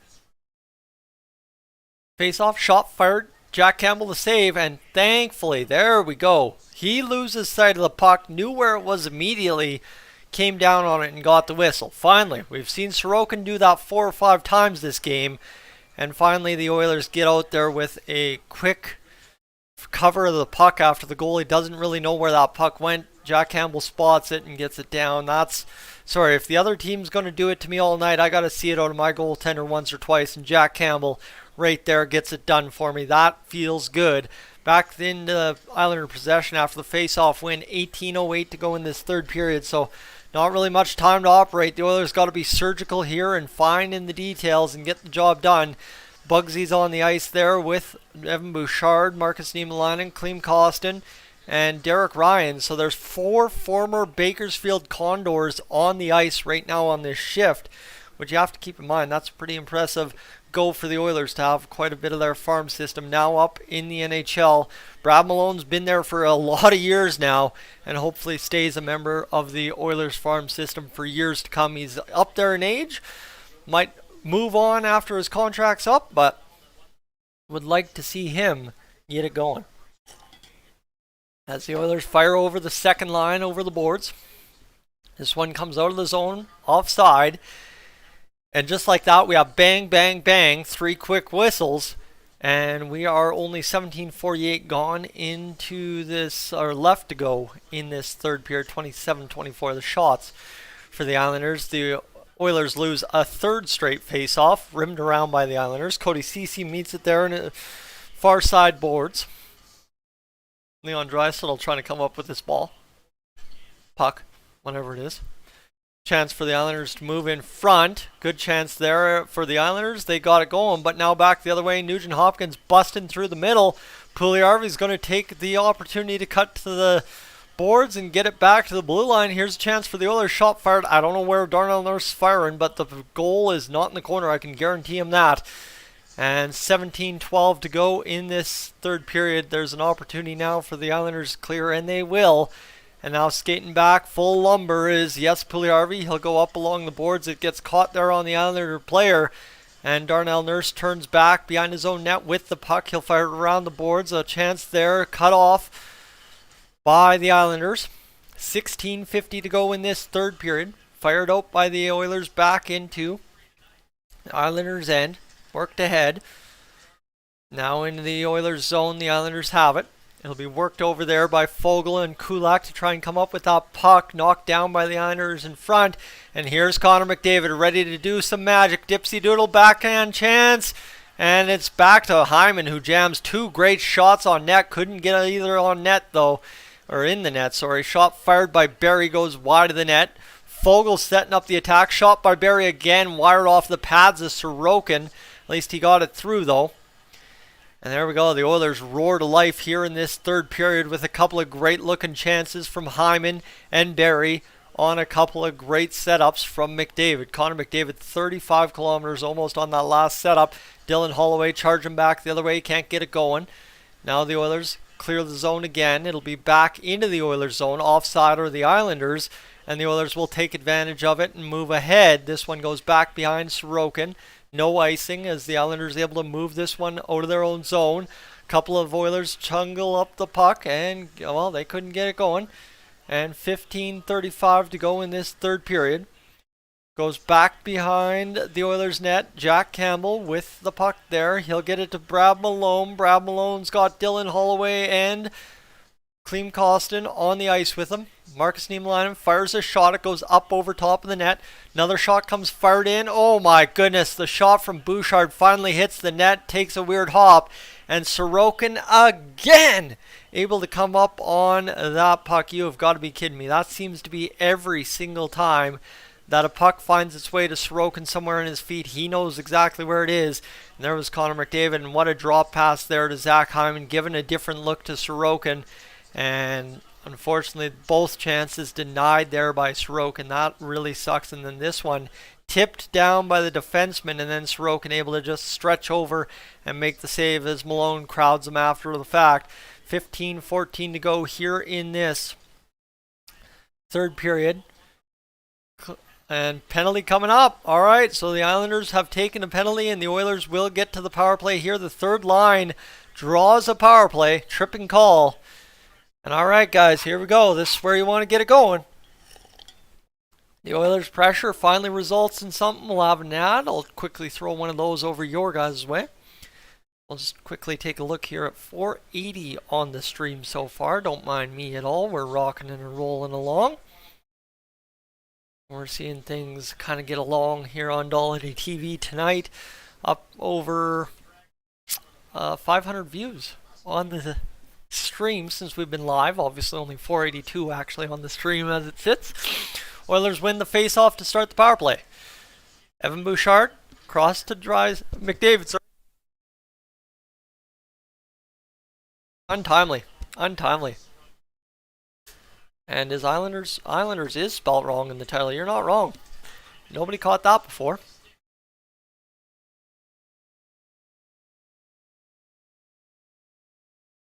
There we go. That might help. That might help a little bit. All right. Anyway, let's get this going. The Oilers back, trying to win this. Bouchard, the shot blocked again. Poor guy has had the most blocked shots I think I've ever seen in a stretch of hockey games. He's still trailing quite a few league leaders in that department from the blue line, but yeah, this is getting rough for Evan Bouchard, who just can't seem to get a shot through. It's just way too easy to block his shots recently. And this one's going to be worked back into the Oilers zone on the clear by the Islanders, not the Isalders. Islanders is how I think I had it. As McDavid goes back. Islander blows a tire in his own zone, but it's worked out by the Islanders. 47 seconds to go in this power play. 13:45 to go, and it is just not meant to be for the Oilers tonight, as they will spill over the second line. And a chance now as it's moved ahead, fired in. Holloway comes on in on the second unit. Puljujärvi will work it here. How big would a Puljujärvi goal or a Dylan Holloway first career NHL goal be? Holloway down, up, now back to Barry. Barry across to Darnell Nurse. Darnell Nurse fires a shot, save there, and it comes out of the zone. And that will pretty much spell it out for the Oilers power play. Barry forces it back into McLeod. McLeod's going to fire this shot, save Sorokin at the side of the net. Flipped back into the middle. Comes on down onto the tape of Tyson Barrie. Barrie across to Dylan Holloway. Holloway will fire it up to Ryan McLeod, and this second unit stays out there shuffling. And Ryan McLeod coming on in, tries to chip to the front of the net. Puck goes up over top of the net off the stick of Derek Ryan. 12:45 to go. That was the Oilers' best looking chance. And Ryan's going to get it here along the near side boards to Dylan Holloway. Holloway's looking to the middle. He gets double teamed and turns over the puck. The Islanders flip it. It goes right onto the tape of Matthew Barzal off a weird bounce. And 12:28 to go. The Oilers have 34 shots and yet to solve Sorokin yet tonight. I mean, could it be one of those nights where you solve him once and he just catastrophically falls apart in the last 10 minutes of the game? That could be something there. And Costin moving his feet again, taken down, but no penalty upcoming. Don't give the Oilers another man advantage because they have been brutal on it. And yikes, that's where we sit. How delayed is this stream on my end? I was going to say, that's very delayed. Let me see if I'm delayed. Nope, the live stream's still live, so we're good. Folks, if you're new to the channel and just tuning in for the first time and have been enjoying the play-by-play, I'd encourage you to consider hitting that like button on the stream. And if you're new to the channel too, I'd love to have you along. So if you'd be so kind to hit that subscribe button and stay tuned for Oilers coverage here on Dolynny TV all season long, that'd be greatly appreciated too. So we're up over 9275 subs. That was kind of the end mark of last stream's goal, and now we're sitting, the live number is 9277, trying to hit 9280 by the end of the stream, so we'll see what happens. And I think what we really saw positive out of the last stream was doing the post-game live, so stay tuned for that. I will take a bathroom break right now, however, and be right back.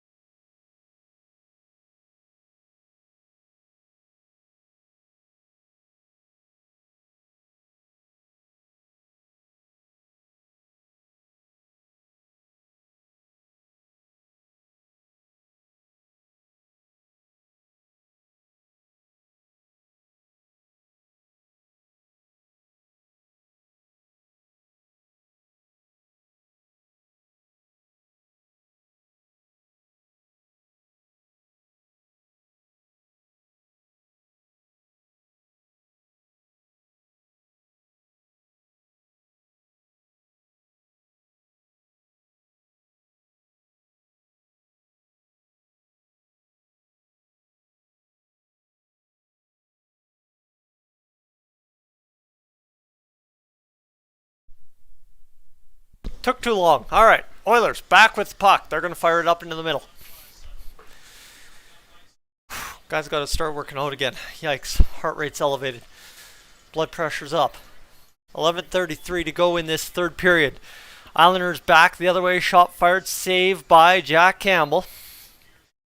And there you have it. The Oilers will get another face-off. 25 saves now for Jack Campbell, as he needs 5 more shots to get to that 900 save percentage and really start improving the save percentage. So you think about 5 goals on 25 shots, 20 divided by 25, that's, 22 divided by 25, an 880 save percentage. So even still, if the game ends without another Islander shot, Jack Campbell has improved his save percentage tonight by 1 point probably. It's pretty incredible. Don't mind me at all. Shot comes into the middle there. Distance skated leaders. Connor McDavid skated 5.1 kilometers in this game. That's pretty incredible. Yikes, I think I'm winded just going up and down the stairs, and here's Connor McDavid just casually going for a 5-kilometer marathon run. Wow. All right. Anyway, back the other way here. The Islanders have got it into the Oilers zone. They'll fire it around. Ryan McLeod goes across to Brett Kulak. 10:57 to go in this third period. Islanders wheeling around the Oilers' end. Looking to keep this puck alive. And again, this is what I was saying. The Oilers are too guilty of this every game. Is when they get down, all of a sudden the opposition starts wheeling around their zone, driving things to the net, and it just goes from bad to worse. And that's exactly what it was looking like on that shift. The Oilers just couldn't skate to a puck to clear it. And there you go, 26 shots now officially registered on Jack Campbell. So we're closing in on that being an impactful number there for the Oilers, where Jack Campbell actually starts improving his save percentage heavily in this game. That would be a big get for the Oilers if he could really do something there. We'll have a freeze up on the whistle. And again, folks, thank you so much for tuning in and spending your Wednesday evening with me. There's 548 unique views on the live stream. Really appreciate everybody being along. That means the world to me, to just still see that I'm able to put up crazy amounts of views on live streams here on Dolynny TV in the year 2022. We have an icing call. The Oilers have 7 shots this period. The Islanders have 3, but the Islanders got 3 goals last period, and that's really all that matters there. So, that said too, if you're just tuning in for the first time this evening, again, I'm going to ask you, just keep considering before you head out on the stream, hitting that subscribe button. Really appreciate engaging with all you. And I mean, I don't reply to comments anymore, and I very seldom in the periods actually respond to the chat, but it's just a matter of I take everything I read into consideration, try and figure out topics. Last night's video I thought would do much better than it did, but it was a cherry-picked topic from everything I've heard from you guys. So try to discuss it and try to get it going, and that's all that really comes down to, is just try to keep you guys engaged. Anyway, Derek Ryan, he's going to go battling in for this puck. Ryan Malone now has to go back below the line. Bugsy's got it. He's going to see this one go. Down. Brad Malone. Who was Ryan Malone? Was that the Tampa Bay Lightning forward there a couple of years ago? Anyway, 9:55 to go here in this third period. Yes, Puljujarvi is able to get a turnover for Leon Draisaitl. Puljujarvi will get it to Draisaitl. Draisaitl fires the pass across to Nurse. Nurse can't keep it onside, and the Oilers regroup. Darnell Nurse goes across to Ryan Nugent-Hopkins. The shot saved, fired, and blocked. Onto an Islanders stick out of the reach of Puljujarvi. Back the other way, Cody Ceci sees this puck come around the boards to Leon Draisaitl, who fires ahead to Ryan Nugent-Hopkins, who's got Cody Ceci far side. Ceci fires it around the boards now near side, and Puljujarvi's Johnny on the spot coming up with that puck, allowing Ceci to pinch on the near side or far side again. Nugent-Hopkins keeps this puck alive, back up to Draisaitl. Now a shot from Draisaitl, setting up the one-timer, even strength, couldn't get it on net, clubbed up on it, and looks like we will have a holding the stick penalty against Cody Cizikas. Okay. Sure. All right. Game on. And let me see what we can't figure out here on the stream so far. Calculator app, please. Let me just look at what we've got for watch time. We're an hour and a half in, and we've got 3.45 divided by 60. That is a total of 30.4 hours watched on the stream. Folks, thank you. Thank you so much. The reason I'm being so appreciative and the reason I'm making such heavy mention of it every stream here lately is I just don't think I've been that appreciative over my career on YouTube, and I don't think I've been that blown away by the numbers this year, as I just haven't really paid attention to them as best I could. So I really apologize for kind of making a real big running occurrence of it, but it's just something that really matters to me, to make sure I am making sure I am saying it out loud, being visible with it, showing that thankfulness, because it means the world to me to have you guys coming back to me after stepping away last year, last year at some point back in 2021, back in March, so almost a year and a half ago, over a year and a half ago, and to be able to come back and do what I've done here September, October, November means the world. Like, November, if you're interested in what kind of numbers Dolynny TV pulls, I'm really transparent, or try to be with that. 27,000 views in 22 days this month.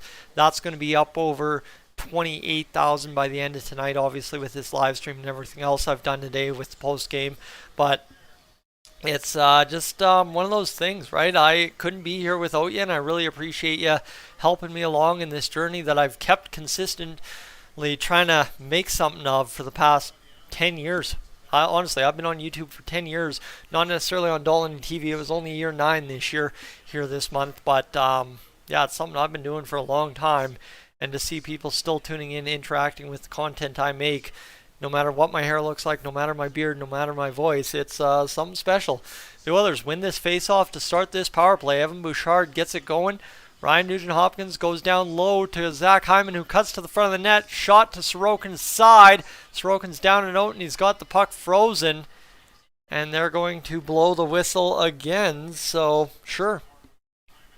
Hyman, good opportunity to try and push it past the goaltender. The old NHL 23 power move there. And this one just goes down to Hyman. He sees a soft spot in the defense. Tries to read it over to McDavid a little bit. And then Sorokin just freezes it up and keeps that one at bay for the time being. That was a really good power move by Hyman, but he just flips up on it, and that's kind of been the story. The Oilers haven't been elevating the puck on power moves on Sorokin very much tonight and haven't been able to do much, but only killed 10 seconds of that power play opportunity so far. Clutterbuck wires it off the boards. Connor McDavid keeps it in at the blue line. McDavid goes back to Bouchard. Bouchard's walking the line, and he's going to pass the shot down. Okay, that was kind of weird. And sure, they just kind of flubbed that shot down, did Bouchard. I don't even think that was meant to be more of a shot. I think it was meant to be a slot pass. And now McDavid's going to walk this one out of the zone. Connor McDavid's skating around, dancing around, trying to look for somebody to pass to. And I think that's one thing I'd say the Oilers have been guilty of tonight, is Connor McDavid has complicated his game way too much against the Islanders. When the game has asked him to be simple tonight, he has tried to be way too complicated, and it really hasn't worked out. But here's a pass that almost works out. Far side reach for McDavid, going fancy across the rink. And now the Oilers trying to really push here on this power play. Shot elevated by Nuge. He had Sorokin beat, but couldn't hit under the bar. And it'll go up and out of play. And yeah, that had to hurt for Nugent-Hopkins, who had a beauty of a look right there. And this one was a good opportunity here for the Islanders too, going back the other way on the 2-on-1, but a good save by Jack Campbell to make save number 27 or 8 of the game.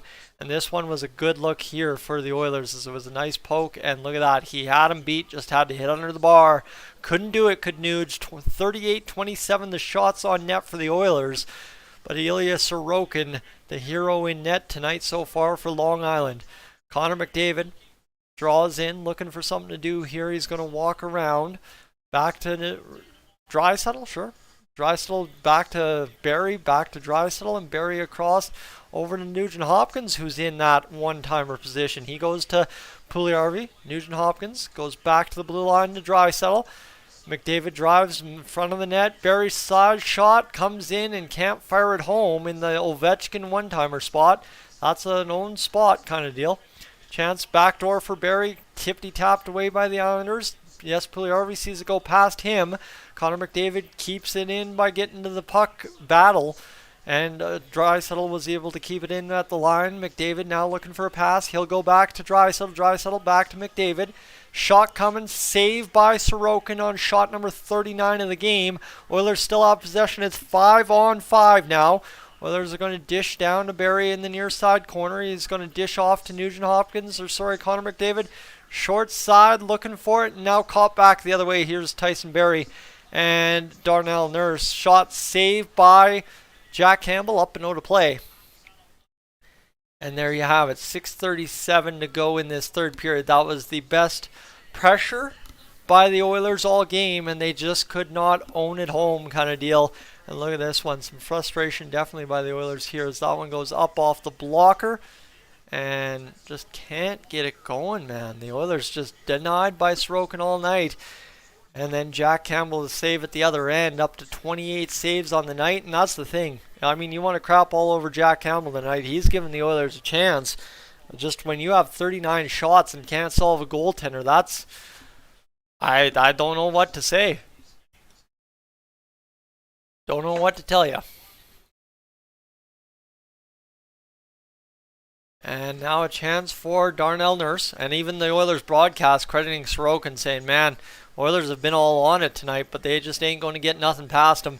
40 shots on net now for the Oilers and no goals. See, again, that's like, where do you fault it? That's a goaltender winning you a hockey game. The Islanders leaking defensively, giving up 40 shots, and that's something the Oilers do on the regular, and somehow tonight it doesn't work out in their favor.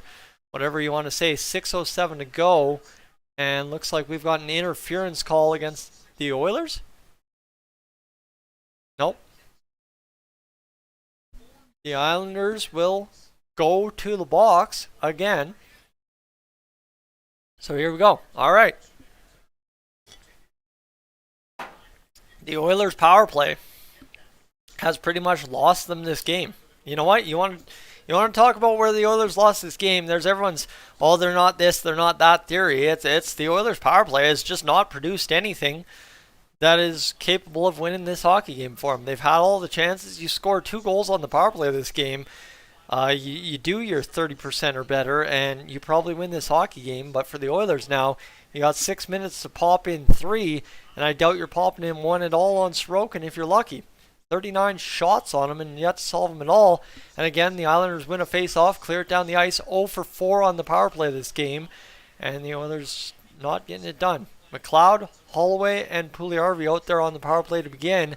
Holloway out to play it against the defense of the Islanders. Puljujarvi in there disrupting. He gets it back to the blue line, but Oilers not capable of keeping it in. Darnell Nurse has it at the neutral. He'll play it across. Oilers offside because why pay attention to anything? $1:34 to go on the power play. I mean, I tell you, right? And now Connor McDavid will draw across onto the ice. So the 4th line, 3rd line Drew calls tonight. And now you got 5:40 to go with a face-off just outside of the island. At center ice. And $1:33 to go on the power play. 39 shots on the clock. 28 saves or shots against Jack Campbell tonight. He'll see this one steered onto him. And you will see the Oilers move it ahead up to Leon Draisaitl, who will button hook. Go up to the blue line. Go across to his captain, Connor McDavid. McDavid looking to dish. He's got Draisaitl. Draisaitl down to McDavid. Draisaitl tries to go short side. Hyman tries to whack it, and then Hyman gets an extra whack, and here we go. Everyone's going to jump on Hyman, and McDavid says none of that, but Hyman's going to take a couple of extra shots. I mean, this is absolutely useless. Neither team's going to really benefit from this at all if you're just going to be ridiculous and try and throw the punches here a little bit, but 3-0 for the Islanders. 5:07 to go. A rough game to watch as an Oilers fan. Just simply put, again, Dolynny TV starts live streaming in the first intermission, and the game falls apart in the second. I don't know, man. I'm going to have to go back to streaming just the first period of the hockey game and watching the rest or going to bed. I think that's the actual honest-to-goodness answer, is just go to bed in the second period sometime, halfway when I'm falling asleep, and call her a night, and the Oilers win in overtime. I don't know, man. Oilers win the face-off to start this power play final minute. Draisaitl goes to Connor McDavid. McDavid back to the blue line to Tyson Barrie. Barrie walks the line over to Nugent Hopkins. Nugent will go down low. Shot comes back up to Draisaitl for the slot, but he can't get it going. Out of the zone it goes. And here's a chance now for Connor McDavid to wind on in. He does.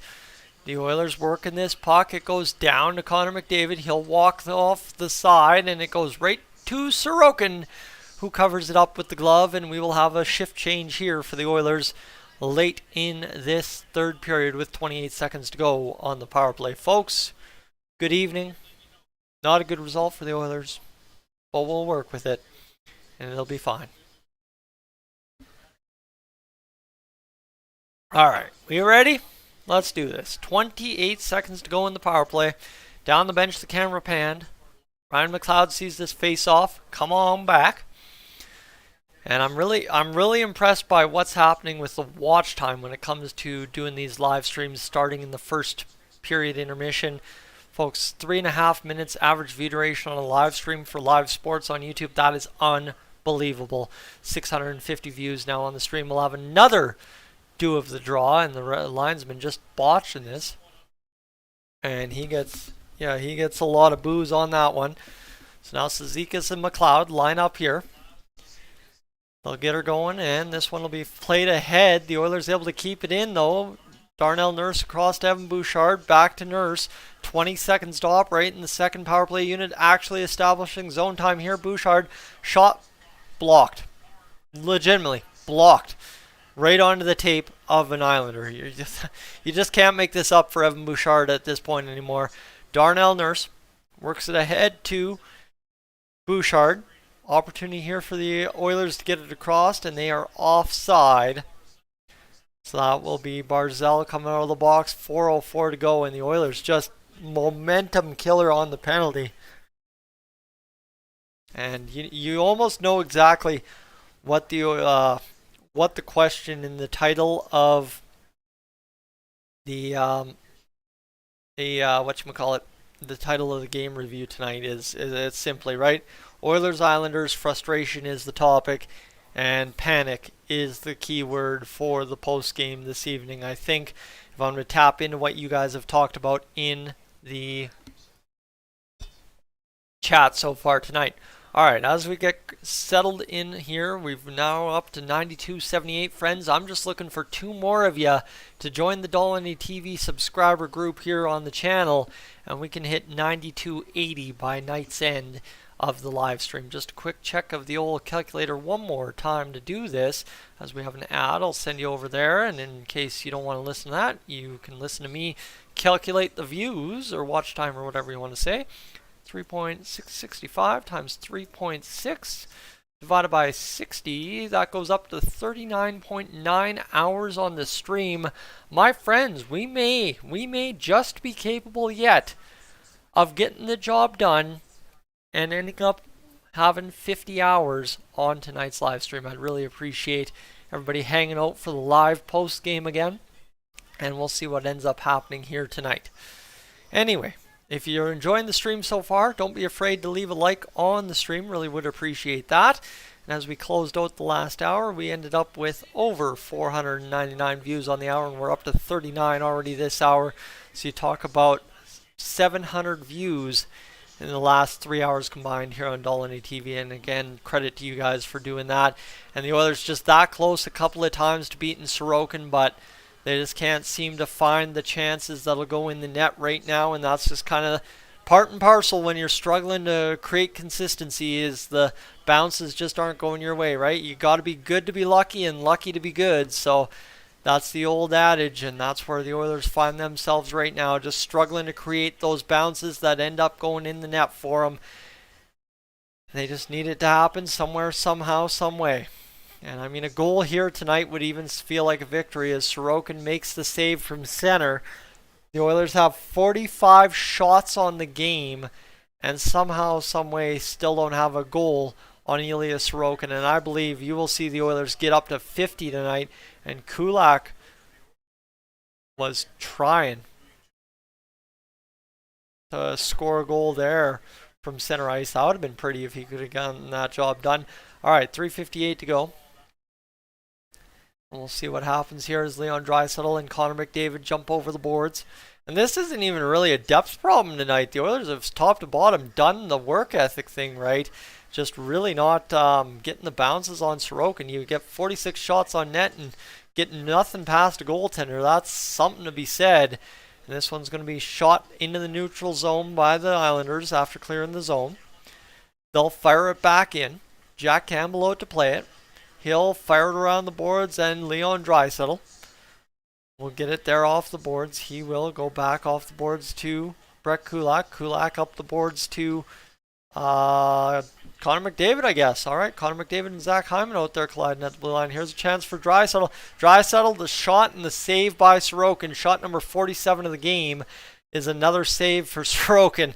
And at this point, how high can it go? That's all you got to ask yourself. How many more saves can Sorokin make by the end of the game? This is just absolutely unreal from him tonight.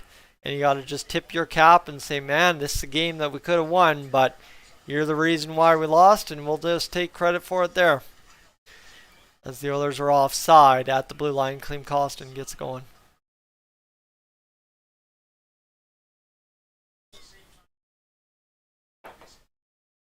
Yep, that's the thing, right? You can't be happy with the goals against in tonight's hockey game. That's what the Oilers broadcast is arguing. I mean, maybe you get a different goalie, you put two past them, and you end up winning 2-1 if the defensive zone coverage is better. Like, even if you score 2 goals, you're still losing this game, but you put up 47 shots against a goaltender, you expect to have a little bit of a chance, right? 900 save percentage, even in 925, you're putting a couple goals past them, but so far tonight for the Islanders, just a perfect sheet. And maybe we should have mentioned at some point the shutout for Sorokin. Hello, the old curse, speak it into the ether. Sorry, where was I? Yikes. But we'll work with it, and maybe now that we've spoken it into the ether, it works out for the Oilers. 47 shots on net for the Oilers against the Islanders, and just a blank sheet in the goal column. 2:30 to go in this third period. We'll wind it down as the Islanders get her into the Oilers' end, but it's worked back ahead by Klim Kostin, who will bust across the line. Shot number 48 by Kostin on the backhand, saved by Mr. Sorokin. 48 saves, now a career high. McLeod back behind the net. You can imagine the old Oilers faithful would just be loving this in the building. Just shoot. Darnell Nurse is going to fire the shot off the boards, go down low to Ryan McLeod.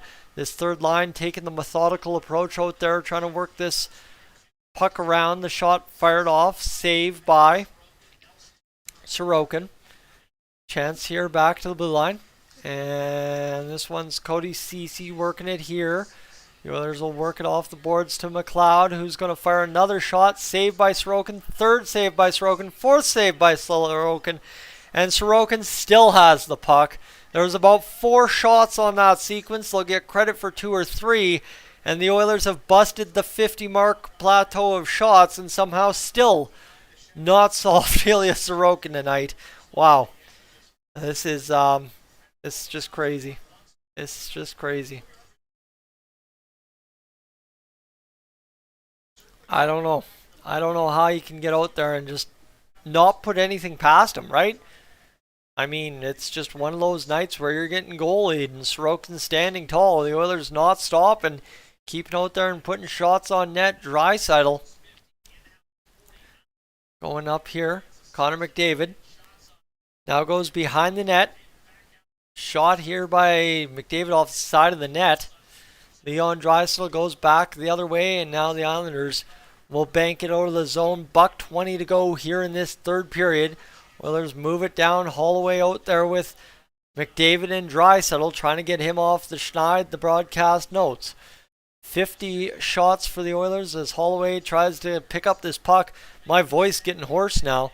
And 700 views on the live stream. That's what I'm here for, baby. That's what I'm here for. It's been worth my time at least. 58 seconds to go. The Islanders fans on their feet at UBS Arena. Dylan Holloway will get it back to Connor McDavid. Saturday against the Rangers for the Oilers. Keep that in mind. Connor McDavid pitter-patters back behind the net. Can't get it going there.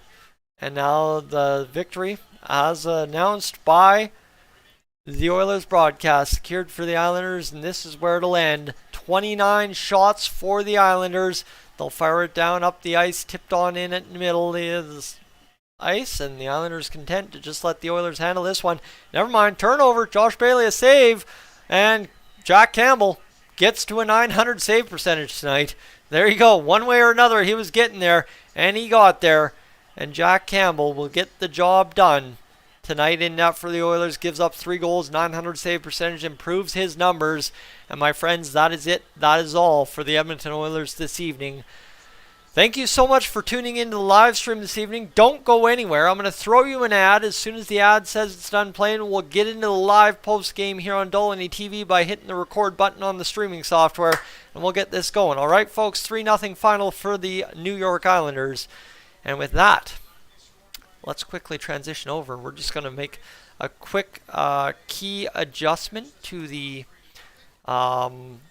setup here, as I'm just going to go bigger. Just that corner of my wall that I don't like. And here we go, friends. Let's get this going. This is Dolynny TV, ladies and gentlemen. Good evening and welcome back to another Edmonton Oilers post-game here on the channel. And, well, you see the question there in the title. It's quite very simple as Oilers fans tonight. You've now lost 2 in a row. And, well, things not looking so pretty on this New York Islanders, New York Rangers, New Jersey Devils post. I'm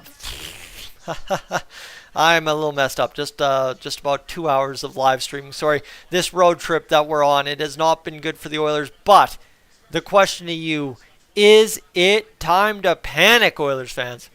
Okay, that was a terrible intro. Let's stop recording that right there, and let's fire it up. All right, you want to see what I really got thinking up? Let's get it going, shall we? Friends, is it time to panic? Well, the Oilers just lost tonight. They're second in a row, and they're in danger of losing all 3 on this road trip to New York. This is Dolynny TV, and friends, a 3-0 final for the New York Islanders over top of the Edmonton Oilers. And we all of a sudden seem to be in somewhat of a mini tailspin, and as I said right off the top, is it time to panic? It's a fair, valuable question to be asking for the Oilers faithful right now. You can point your finger at whatever you want to say is the problem right now. This is the problem, that's the problem, this is the problem. Either which way, you got to solve it, and solve it soon is really the only way to get a solution out of this one. If you're new to the channel, what I want you to do right now is consider hitting that subscribe button here on Dolynny TV. And second, too, if you're enjoying tonight's post-game at any point, or you're just a big-time Dolynny TV fan, don't forget to leave a like on the video. Would love that. And friends, we've also got a live audience watching this one back at home as we live stream this post-game to the live feed of the Oilers-Islanders game here on Dolynny TV, so you'll be able to catch it twice over on the channel. However, time to panic? I don't think so. I'll tell you this why. I've been around the Oilers YouTube scene since 2018-2019. Falling apart in November is just part of what the Oilers have always done in my estimation, right? I mean, last year it wasn't until December, but every year in November, you can say, this Oilers team is not going to get anywhere. This Oilers team is going to fall apart. And somehow, some way, since 1920, we've been in the playoffs every dang year. So, right, that January season start, different story February, but every single year it seems like the Oilers start the year not too bad, tail off the second month, third month, pick it up in January, bring it home, and then go on into the playoffs. So, again, to answer that, is it time to panic question early? No, it is not. A 3-0 final against the New York Islanders. Let me tell you what I saw out there. The Oilers, they were doing their thing. You know what? They honestly didn't have that bad of a game. You take away, and this is a hard ask of Oilers fans who are upset after tonight, you take away that shorthanded goal and the subsequent power play goal within the 2-minute stretch in the second period, tipped in by Evan Bouchard for the New York Islanders. It's a 1-0 game in which the Edmonton Oilers put up 50 shots on Ilya Sorokin and get shut out. That's what it is. And Jack Campbell at fault maybe on 1 goal tonight, realistically. You can say he was too deep in his net on the 3rd goal. Again, I'm not much of a goaltending guru, never played hockey myself live on a competitive sheet of ice, so I'm not going to sit here and pretend like I know the ins and outs of goalie positioning on a wraparound backdoor attempt that goes glove side. Not going to sit here. I can talk about what I've seen from Connor McDavid and stuff because you can analyze that a million times over. The ins and outs of goaltending, I don't get it, but it is what it is. As the Oilers get shut out, they're now 10-10 on the season, but it's a game where the goalie straight up wins the game for the other team, because Ilya Sorokin, you could very simply say for the Oilers, was a brick wall. right? Like nothing got past the guy. If he didn't even see the puck, he was stopping it. And I made mention of that many times in the live stream tonight. So for the Oilers, is it time to panic? I would say it's a bit too early, but it's all fine and dandy. Anyone is welcome to do whatever they want to do. Teach to their own, and opinions are like you know what. Where the sun don't shine, everybody's got one, so I'm not going to get too huffed up and in a hurry to overreact at this point, but it is what it is, and we'll go cover off this final score between the Oilers and New York Islanders here in a brief second when I can bring up the score sheet. That's what I'm trying to do. That's what we do. We do it live, right? That's the old adage in the broadcasting world, and we'll get it going to 3-0 final for the New York Islanders. Again, all the scoring coming in the second period. That's something you got to remember. Pajot with a shorthanded goal and a power play goal. 4th and 5th goals of the season for him. 10th career multi-goal game. They're talking to him on my TV live right now. Parise with an assist. Pelech with an assist. Barzal with an assist. Anders Lee with an assist. Sebastian Aho's 2nd goal of the year from Oliver Wahlstrom and Casey Cizikas. The Oilers, well, here's what you got. The Islanders were pretty sloppy tonight. 50 to 39, 30 the shots, 49, 30 the shots, somewhere in that high above 45 situation for the Oilers.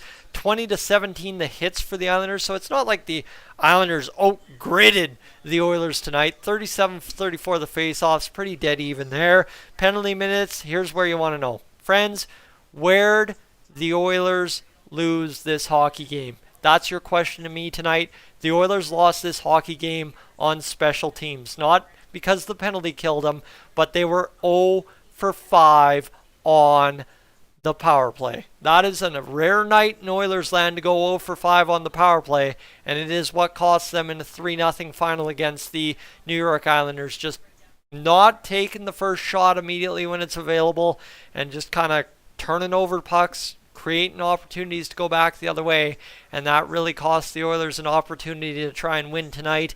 And I think that's your biggest victim to blame. It's not Jack Campbell. It's not the Oilers defense. It is simply put, the power play just could not put together anything of substance, and the Oilers were pushing all game but weren't able to get anything going because of it. So that's really unfortunate there, but is what it is.